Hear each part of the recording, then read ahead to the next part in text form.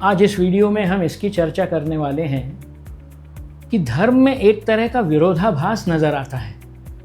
जबकि हम देवियों को यानी स्त्रियों को पूजते हैं, पर दूसरी तरफ स्त्रियों को समाज में काफ़ी निचला दर्जा धर्म क्यों देता है, इस बारे में अपन थोड़ी चर्चा आज करेंगे।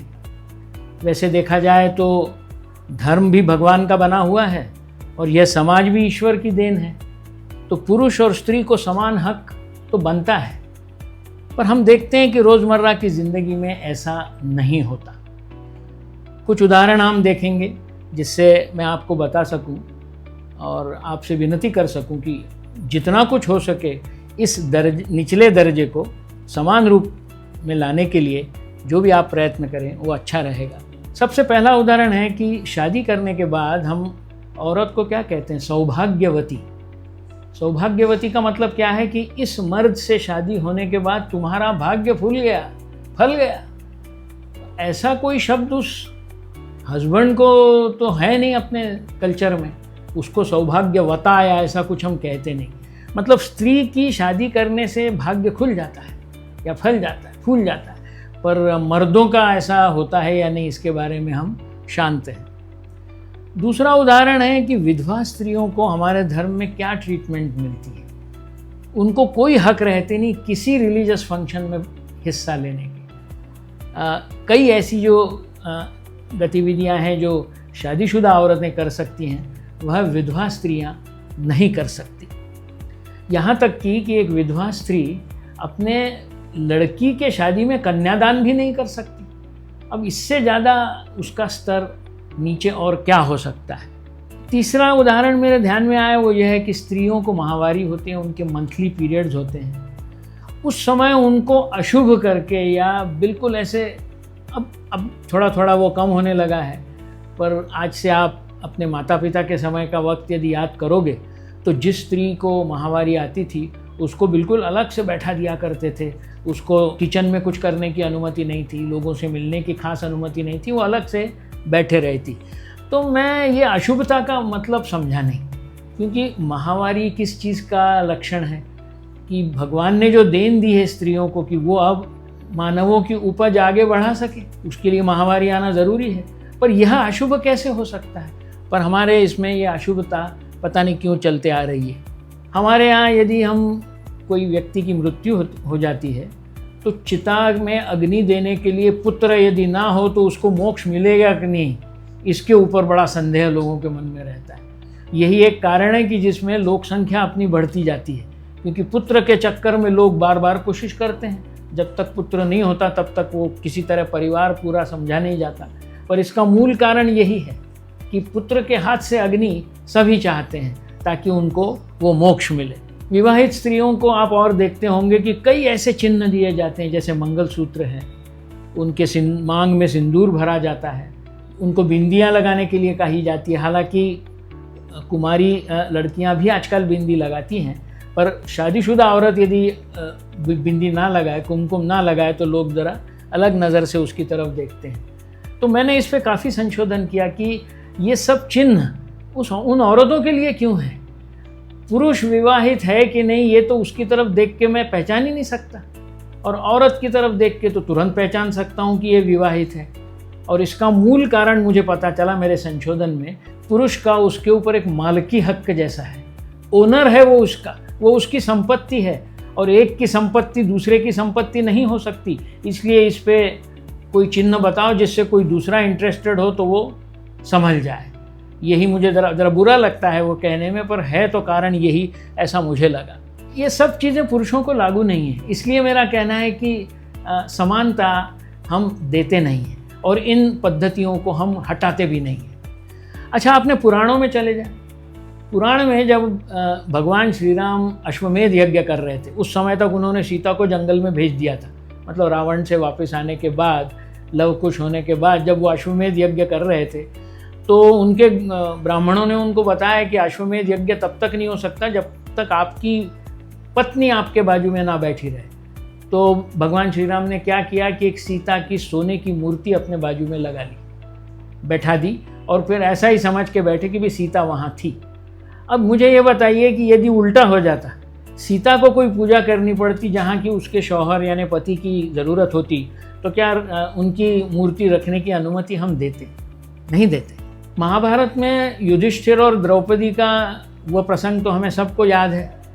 अपनी संपत्ति समझकर युधिष्ठिर ने द्यूत में दुर्योधन और शकुनी के खिलाफ जब द्यूत खेल रहे थे, अपने पत्नी को दांव पे लगा के हार गए।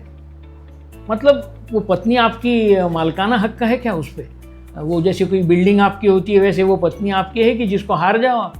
तो एक स्त्री को संपत्ति करके देखने का ये विचार बहुत पहले से चलते आ रहा है। बाकी एक उदाहरण तो बहुत अटपटा है। मुझे कई बार मैंने सोचा कि उस वीडियो में वो उदाहरण दूं या नहीं, पर चूंकि आप देखने वाले सब समझदार लोग हैं तो मैंने फाइनली सोचा कि यह उदाहरण भी दे ही देता हूँ। आपको पता होगा कि ब्रह्मा ने अपनी एक पुत्री अहिल्या नाम की बहुत सुंदर निर्माण की थी। इतनी सुंदर कि पूछो मत, संसार में सबसे सुंदर स्त्री। और उसका विवाह ऋषि गौतम से हुआ था, वो गौतम की पत्नी थी। पर ये इंद्र जो थे उनकी काम वासना उस गौतमी पर थी, मतलब उस अहिल्या पर थी, और उनसे रहा नहीं गया। शादी होने के बाद भी उनकी लालसा थी कि इसके साथ मैं संबंध बनाऊं।